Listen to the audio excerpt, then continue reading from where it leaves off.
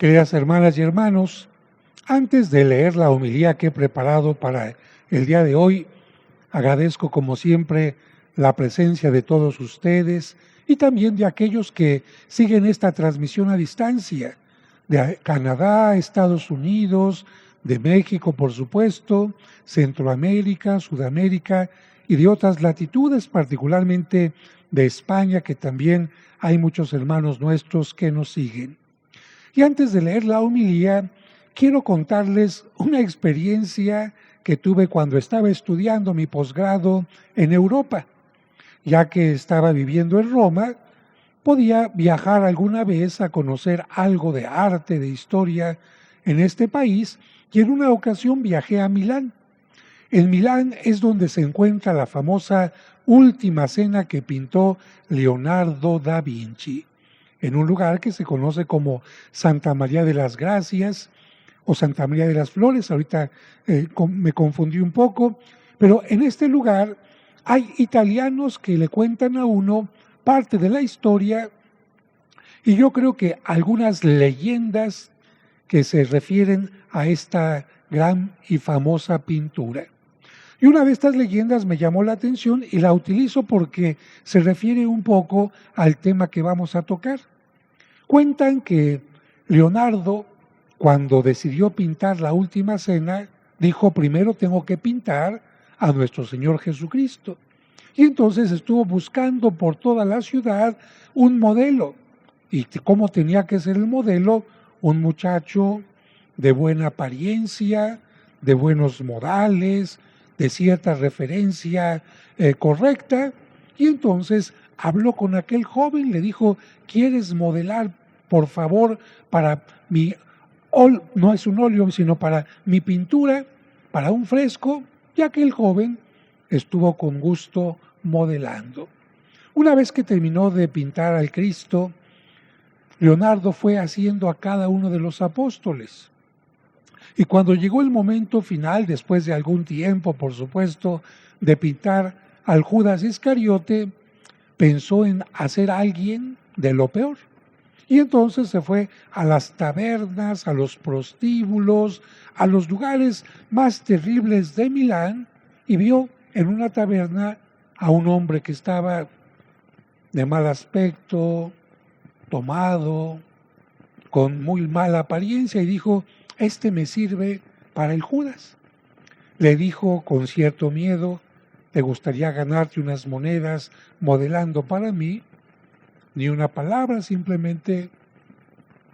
Y de esta manera Leonardo, con cierto miedo, lo llevó, y durante las primeras horas empezó a hacer el diseño, y cuando iba avanzando se dio cuenta que este personaje de repente empezaba a derramar unas lágrimas. Y preocupado le dijo: disculpa, ¿te molesta que te esté pintando? Si quieres, lo dejamos aquí. Y aquel hombre, sin palabras, siempre dijo: adelante. Leonardo siguió pintando, y al día siguiente, en la siguiente sesión, volvió a ver que aquel hombre derramaba una lágrima, y entonces le dijo: ¿pasa algo? ¿Puedes decirme qué es lo que sucede? Y aquel hombre le dijo: Leonardo, hace algún tiempo, cuando empezaste a hacer esta obra, yo te modelé para ser el Cristo. Y después de un tiempo, mi vida ha cambiado tanto para mal que ahora termino modelándote para ser el Judas. Qué terrible, hermanos, hermanas, que a veces conocemos a una persona que iba por muy buen camino, llena de valores, llena de cosas positivas, y algo en la vida, un mal amigo, o mejor dicho, no un amigo, sino una mala compañía, quizás el vicio, alguna tentación, y pueden hacer que alguien termine drásticamente su vida con un cambio radical. La palabra transfigurar la podemos entender como cambio, transformación, y especialmente de lo común a lo extraordinario, o incluso también de lo negativo a lo positivo, aunque puede ser todo lo contrario, como les acabo de contar. Desde el punto de vista bíblico, la palabra transformación nos enseña que las cosas pueden mejorar siempre cuando nos unimos a Dios y hacemos lo que está de nuestra parte, porque las cosas no cambian solas por el puro deseo. Las amas de casa están perfectamente de acuerdo en que el orden y la limpieza en la casa no dependen únicamente de quererlo, sino sobre todo de trabajarlo, de organizarse, de comenzar y darle seguimiento. Y están de acuerdo en que cuando se hace lo que se tiene que hacer, hay un cambio radical en el hogar. En cambio, cuando no se hace lo correcto, la casa luce cada vez peor y presenta cada día mayores problemas. Lo mismo sucede con nuestro cuerpo. Cuando lo cuidamos, nos alimentamos adecuadamente y nos ejercitamos, nuestro cuerpo goza de salud. Mientras que si lo descuidamos, van apareciendo los kilos de más, grasa excesiva, triglicéridos, colesterol negativo, diabetes y muchos problemas más. Por eso, la Biblia nos invita siempre a transfigurarnos. Y no solo a eso, sino que nos enseña que Dios ha querido ir transfigurando nuestra historia personal y comunitaria.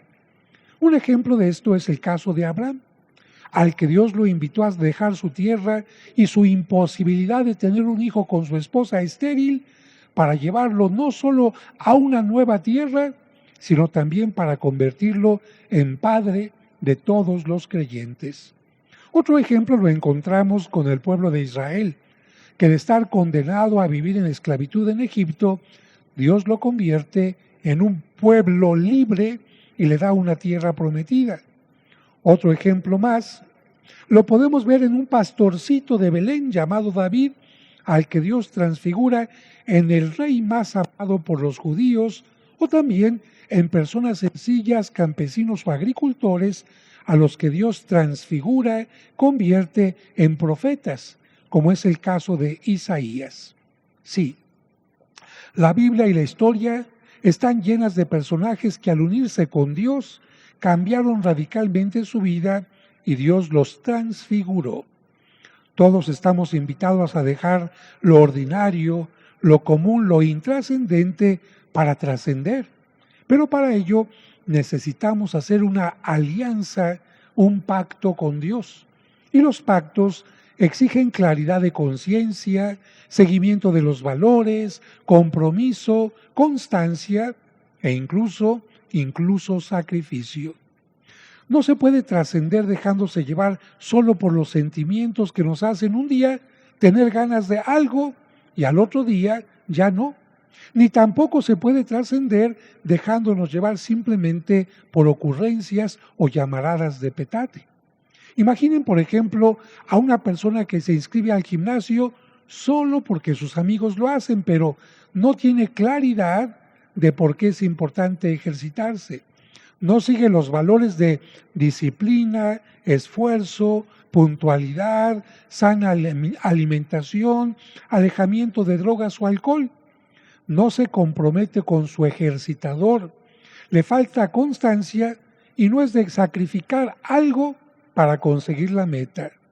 Miren, por muy bueno que sea el gimnasio al que se ha inscrito o su entrenador, esa persona nunca obtendrá buenos resultados. Por eso, cuando Dios como entrenador nos invita a seguirlo, lo primero que nos pide es que dejemos la mentalidad de perdedores, de mediocres a un lado. Él quiere que tengamos mentalidad de ganadores, de hijos de Dios y no de hijos de la pereza. Él nos pide que seamos activos, dispuestos, creativos, que tengamos iniciativa y no que esperemos que amuletos, cuarzos o rituales mágicos nos resuelvan la vida y nos hagan crecer como personas. En la Biblia se habla de varias alianzas que se sellaban con sangre, pero especialmente de dos.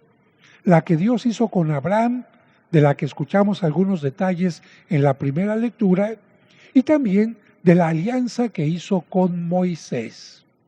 Cuando en la Biblia se habla de alianza, se entiende que hay un compromiso en cada una de las partes. Dios se compromete con Abraham para hacerlo en el padre de los creyentes, convertirlo en padre de los creyentes, pero Abraham también tiene que comprometerse a serle fiel. Dios se compromete con Moisés a cuidar y a guiar a su pueblo, pero también Moisés y el pueblo deben hacer lo suyo.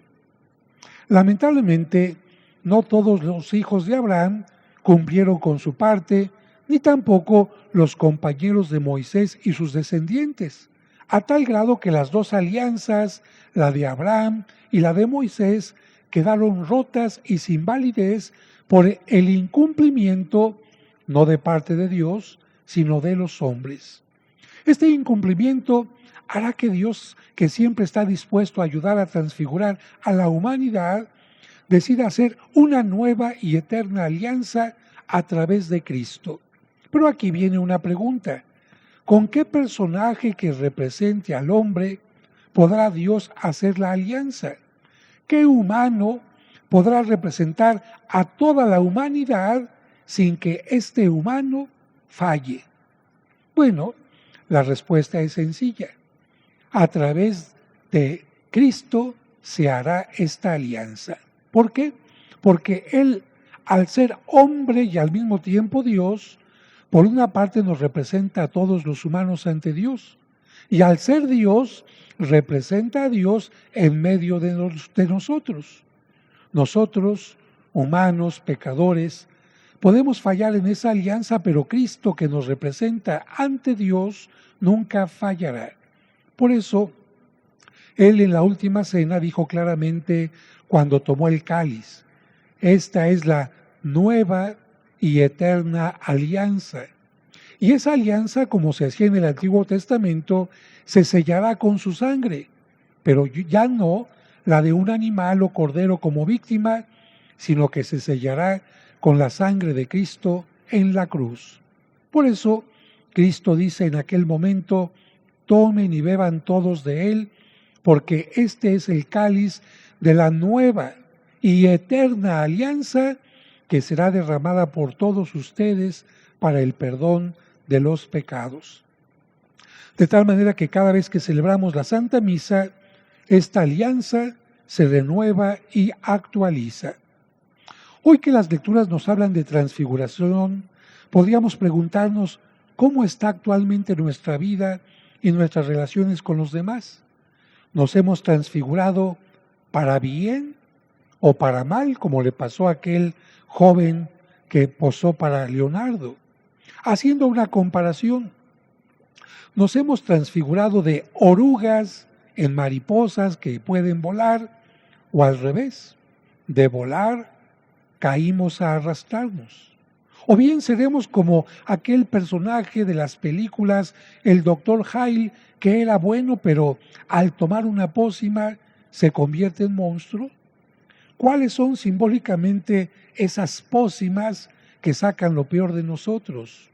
El egoísmo, la soberbia, la lujuria, el afán desmedido por el dinero, el alcoholismo, la envidia, la ira, el deseo de controlar a los demás. ¿Por qué no acudimos mejor a Dios para que Él nos ayude a transfigurarnos con la humildad, la oración, la conciencia, las obras de misericordia, el perdón, el diálogo con los demás, el rechazar lo que destruye, el rechazar lo que impide crecer? Recordemos que Cuaresma es tiempo de transfigurarnos, pero hacia el bien. Y Dios nos da la oportunidad de aprovechar esta Cuaresma. Cuaresma es también tiempo para recordar lo que dice el Evangelio. Cristo sabía que tenía que viajar hacia Jerusalén, donde sería crucificado, pero Él acepta la consecuencia de sus actos y predicación y vence el miedo. Y no solo vence su propio miedo, sino que quiere que sus apóstoles también puedan vencerlo. Y para ello quiere darles una prueba de lo que será su resurrección. Por eso se transfigura y se llena de una blancura excepcional como el día de su resurrección, para anunciar que la muerte que tendrá en Jerusalén no será el final. Y a su transfiguración se une la presencia de dos testigos ejemplares, Moisés y el profeta Elías. Que la lectura del Evangelio que hemos escuchado hoy nos ayude a comprender también que nuestra vida y la de nuestros difuntos, cuando llegue la muerte, aunque el cuerpo parezca morir para siempre, nuestro yo profundo, nuestro ser profundo, será transfigurado por el poder de Dios hacia la vida eterna.